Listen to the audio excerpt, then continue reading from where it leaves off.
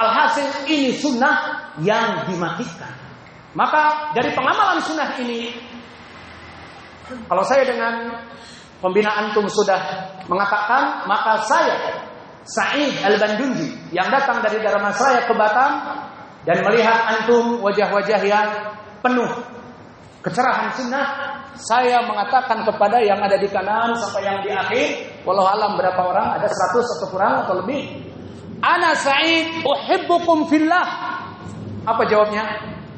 Ahabbakallah kama ahbabtani misalnya.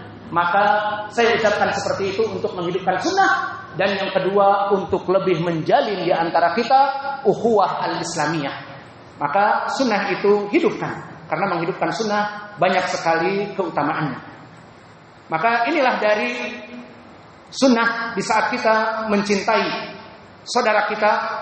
Maka setelah kita mengetahui keutamaan menjalin ukhuwah sesama akidah dan sesama manhaj, dan juga telah kita tambah bahwa yang diinginkan dengan permasalahan al-ukhuwah di sini juga sampai kita curhat, maka kita ingin menggambarkan bahkan Nabi selain dia di hadis al-qauli falyaklimhu, maka curhatlah kepada saudara yang kamu cintai tadi, hadis qauliyah, dan memerintahkan juga tadi di hadis Anas, qum fa'alimhu, kamu mencintai dia, bangun, bilang aku cinta kamu, seperti itu. Itu hadis qauliyah. Maka datang hadis fi'liyah. Apa hadis fi'liyah? Hadis dari perbuatan Nabi. Nabi mempraktekkan permasalahan curhat kecintaan kepada para sahabatnya. Siapa? Nabi. Jadi oleh sebab itu, jika ustaz, jangan malu-malu bilang kepada murid, ana uhibbuk fillah. Sebagai pembina mengatakan kepada pengurus, tidak apa-apa. Ini bahkan Nabi kepada para sahabatnya. Kepada siapa? Mu'adz ibnu Jabal, seorang sahabi al-jalil. Maka di dalam hadis yang diriwayatkan oleh Imam Abi Daud, yang mana hadis ini adalah hadis yang sahih dari Abu Abdurrahman al-Qubuli, dari As-Sunabihi, dari Mu'adz ibnu Jabal. Berkata Mu'adz, suatu hari Nabi Muhammad SAW datang kepadaku dan memegang tanganku di riwayat, faqala, ya Mu'adz, inni la uhibbuka fillah. Awas, la di sini bukan la nafiyah, tapi lam. Bukan la, lam. Maknanya lam taukid. Inni la uhibbuka. Aku sangat mencintai kamu wahai Mu'adz. Maka Mu'adz, ada panjang sedikit Mu'adz karena rahawah, huruf rahawah sifatnya. Maka ya Mu'adz, ana uhibbuka fillah. Aku sangat cinta kepada kamu. Nabi curhat kepada saudaranya dari Islam, bahkan sahabatnya. Maka ini tidak menjadi apa-apa. Kemudian setelah mengatakan curhatnya ini, diberikan faidah sunnah. Agar apa? La tada fi duburi kulli shalah. Jangan engkau tinggalkan doa setelah, tafsirnya banyak, setelah selesai salat, jadi zikir setelah salat, atau sebelum salam, masih di dalam salat tapi di waktu mustajab, seperti di dalam sujud ataupun di saat tasyahud. Maka dikatakan apa? Allahumma a'inni ala dzikrika wa syukrika wa husni ibadatik. Allahumma a'inni, wahai Allah, bantulah aku untuk taat kepadamu dan syukur kepadamu dan baik dalam peribadatan kepadamu. Hadis ini hadis yang sahih karena Abu Abdurrahman al-Qubuli thiqah, dan juga As-Sunabahi juga rawi yang thiqah, namanya Aidullah ibnu Abdullah, seorang muhadram juga yang thiqah. Maka hadis ini hadis yang sahih, disahihkan juga oleh Syekh kami Muqbil Al-Wadi'i rahimahullah. Maka inilah praktek dari Nabi kita Muhammad sallallahu alaihi wa ala alihi wasallam. Maka oleh sebab itu ya ibadallah, kalau kita simpulkan dari pelajaran kita, maka permasalahan menjalin ukhuwah al-islamiyah sesama manhaj dan akidah itu adalah perkara yang asal dan usul, perkara yang urgen dan primer. Itu asal. dari sesama kita. Mana dalilnya bahwa dia asal? Di dalam ayat dan di dalam hadis. Adapun di dalam ayat seperti Allah berfirman, innamal mu'minuna ikhwatun. Innama al-mu'minuna ikhwatun. Sebelum kita terjemah, kita i'rab sedikit apa lafaz innama. Lafaz innama di ilmi lughatil arabiyyah yufidul hasr. Apa maknanya yufidul hasr? Jika dia masuk kepada jumlah ismiyah seperti al-mu'minuna ikhwatun, i'rabnya mubtada wal khabar. Jika masuk innama al-mu'minuna ikhwatun, memberikan batasan antara mubtada dengan khabar ini. Maknanya innamal mu'minuna ikhwatun, tidak ada dari seseorang mukmin itu kecuali dengan mukmin lainnya ikhwah, seorang saudara. Tidak ada di antara mereka saling mencela, saling hasad dan membuat gap di antara mereka dan membuat batasan, mendikotomi dari mereka. Tidak. Innamal mu'minuna ikhwah. Makna innama yufidul hasr kita terjemahkan tidak ada dari setiap mukmin kecuali bersaudara dengan yang lain. Itu makna innama. Masih banyak di dalam ayat Al-Quran lafaz innama. Untuk contoh saja. Mana dari makna al-hasr? Contoh yang lain. Innama yakhshallaha min ibadihi al-ulama'u. Apa maknanya innama yufidul hasr? Maknanya tidak ada dari hamba Allah yang paling takut kepada Allah kecuali al-ulama, para ulama. Karena dengan ilmunya dia takut kepada Allah. Ini contoh. Dan di dalam hadis yang ma'ruf, hadis muttafaqun alaih dari umat, innamal a'malu binniyat. Siapa yang tidak hafal hadis ini, maka maknanya innamal a'malu binniyat sama seperti ini. Tidak ada al-a'mal as-salih yang diterima oleh Allah kecuali niatnya ikhlas untuk Allah. Paham ya sekarang makna innama? Back to the ayat. Kembali kepada ayat ini.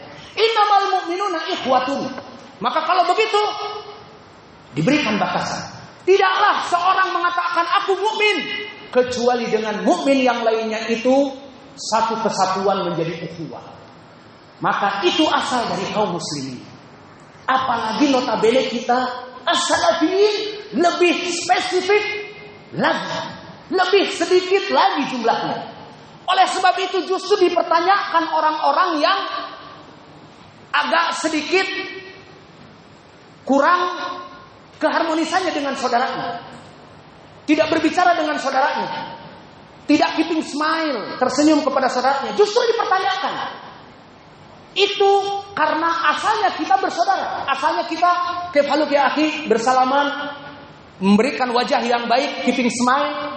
Itu asal karena ayat tadi innamal mu'minuna ikhwah. Justru dipertanyakan the big question. Afwan, kok enggak disalamin orang ini mantul? Emang kenapa? Dia manhajnya degree. Dia punya bad reputation, akhlaknya buruk, bla bla bla. Jadi udah, kita enggak usah nyalamin dia. Ya udah kalau gitu. Datang salat Jumat, cuekin aja. Maka itu dipertanyakan. Apa hak antum kepada dia? Apa ayat Allah? Innamal mu'minuna ikhwah. Jika dia sururiyun, manhaj jelas. Jika mereka al-hajawirah, manhaj jelas. Namun ini apa? Ini hanya pribadi. Namun dikembangkan pribadi menjadi ego, menjadi arogan. Saya tidak mau bertemu dengan dia karena bad reputation, bla bla bla. Maka ini tidak boleh bagi saudara-saudara kita untuk melaksanakannya. Karena asal kita bersatu. Dan juga di dalam ayat yang lain Allah berfirman, Muhammadun Rasulullah. Bahwa Nabi Muhammad itu adalah utusan Allah. Yang mana dia asyidda'u 'alal kufar, ruhama'u bainahum. Bahwa sifat Nabi itu dan para sahabatnya asyidda'u 'alal kufar. Nabi dan para sahabatnya keras kepada orang-orang kafir. Begitu. Bagus. Namun ruhama'u bainahum, saling rahmah kepada saudaranya secara ini. Kalau ini kayaknya kebalik ya. Dengan mereka yang di sana salat Jumat tidak bicara. Orang yang dari sini datang daurah kajian tidak diberikan wajah yang baik. Kenapa? Apa? Salah manhaj. Ya sama-sama salah tapi tinggalin aja lah. Dia kumaha lah. Masuk bahasa Sunda lagi. Al-muhim seperti itu. Maka dipertanyakan bagaimana sifat Nabi dan para sahabatnya di dalam ayat ini. ruhama'u bainahum. Mereka keras kepada musuh-musuh Islam, itu yang diinginkan. Namun mereka mempunyai pedang diasah, terhunus kepada orang-orang yang selain kita. Selain orang kafir juga orang-orang mubtadi. Namun kepada saudara kita please ditumpulkan. Itu tadi yang diasah itu bukan kebalik, diasah kepada saudara kita yang di sana, saudara yang kita yang di sana, sehingga dibabat hizbi, mubtadi tidak duduk dengan mereka. Mana dalilnya? Dalilnya pribadi saja, saya tersinggung atas ucapannya. Saya tidak cocok dengan apa yang dia perbuat. Terus sudah diasah pedang memutuskan mereka. Allah yaqul ruhama bainahum. Nabi dengan para sahabatnya sangat cinta. Dan telah datang tafsir dari salaf. Kita ambil tafsir dari Qatadah. Berkata Qatadah rahimahullah, kalimat ruhama'u bainahum alqallahu fi qulubihim ar-rahmah yarhamun bainahum. Allah menjadikan hati-hati mereka kepada ahli sunnah, kepada as-salafiyin, kepada para sahabat zaman itu saling mencintai. Mereka merasakan satu tubuh yang jika panas, yang lain akan tidak bisa tidur, akan begadang. Namun di sini justru kebalik. Pedang yang terhunus yang untuk orang-orang kufar di zaman Nabi, kepada orang-orang kufar, asyidda'u 'alal kufar, ruhama'u bainahum, justru dipakai pedang yang terhunus itu kepada saudara-saudara kita yang kadang-kadang kita bingung. Ini motif saya gimana ya? Orang kebanyakan mencela dia dan dia jangan salafi, dan dia hadir di sini, dan dia duduk dengan ustaz kita. Namun kita harus menghukumi bagaimana ya? Seperti itu bingung, karena mungkin ustaznya juga mentahdir dia, karena mungkin pengurus mentahdir dia, padahal dia datang sholat, dan dia datang sholat Jumat, dan dia datang hadir dan anaknya belajar di sini. Maka dalam perkara ini berkata Qatadah, ayat ini adalah Allah menjadikan rahmah sesama kaum muslimin di antara mereka. Maka tafsir dari Qatadah ini dikeluarkan oleh Imam At-Tabari, yang mana sanadnya an Bishr, an Yazid, an Sa'id, an Qatadah. An Bishr, siapa Bishr? Bishr ibnu Mu'ad al-Aqdi. Dari Yazid, huwa Yazid ibnu Zurai. Dari Sa'id, dia Sa'id ibnu Abi Arubah. Dari rawi asbatun nas, paling kuat periwayatannya dari Qatadah. Qatadah tabi'i yang thiqah. Maka sanad ini sanadnya hasan. Semua rijalnya thiqat. Yazid ibnu Zurai imam, Sa'id ibnu Abi Arubah imam, Qatadah imam. Tinggal satu Bishr ibnu Mu'ad, gurunya Imam At-Tabari sahibut tafsir. Dia disebutkan oleh Abu Hatim la ba'sa bihi, maknanya saduq. Maka asar ini asar yang hasan. Alhamdulillah asar ini masih hasan, bisa kita jadikan pendalilan. Dan pendalilan kalau tadi dua ayat dengan tafsir dari Qatadah, maka di dalam hadis yang masyhur bainakum muttafaqun alaih dari Abi Musa Al-Asy'ari. Maka disebutkan di hadis Abi Musa Al-Asy'ari, masuk Nabi Muhammad SAW kepada saudara-saudaranya dari para sahabat, wasyabaka baina asabihi, seperti ini. Kemudian berkata, al-mu'minun wal mu'minun kal bunyan yashuddu ba'duha ba'dun. Nabi mengatakan sesama kaum mukminin. Kalau zaman dulu belum ada perpecahan, sekarang ada perpecahan. Sesama salafi, sesama ahli sunnah, yashuddu ba'duha ba'd. Pertanyaan yang besar. Permasalahan kalimat yashuddu ba'duha ba'd dicontohkan oleh Nabi seperti ini. Apakah ada faidahnya? Na'am. Faidahnya lihat. Yashuddu ba'duha ba'd. 5 jari kita dimasukkan. Seperti ini. Seperti yang biasa kalian main Lego ataupun main disambung dari gambar-gambar, maka tangan ini seperti itu. Kokoh. Dimisalkan oleh Nabi yang memisalkan. Maka kaum muslimin, spesifiknya ahlu sunnah semanhaj akidah, harus seperti ini. Maka jika dakwah antara dai dengan muridnya, dengan pengurusnya seperti ini, maka dakwah itu akan besar. Karena pengurus akan membantu ustadznya, ustadz akan mengajari murid-muridnya, dan murid-muridnya akan ihtiram kepada ustadz dan pengurus dan gurunya, maka ilmu akan terus bergulir, dan tidaklah tahun demi tahun semakin berkembang nama ma'had tersebut dan berkembang kelompok tersebut. Maka Seperti ini di dalam Al-Quran dan hadis dari Abi Musa Al-Asy'ari. Kalau tadi kita menyadari bahwa asal dari kita diperintahkan untuk bersatu, terutama sekarang ahlu sunnah yang sudah sedikit, maka di sana banyak pendalilan justru kebalikannya. Larangan untuk memboikot, untuk menggibahi, untuk hasad kepada saudara kita yang sesama ahli sunnah as-salafiyah tanpa sebab, hanya sekedar egoisitas, hanya sekedar tersinggung. Maka tidak boleh. Cukup di dalam Al-Hujurat Allah berfirman, wala yaghtab, sebelum itu wala tajassasu wala yaghtab ba'dukum ba'dha. Ayuhibbu ahadukum an ya'kula lahma akhihi maitan fakarihtumu.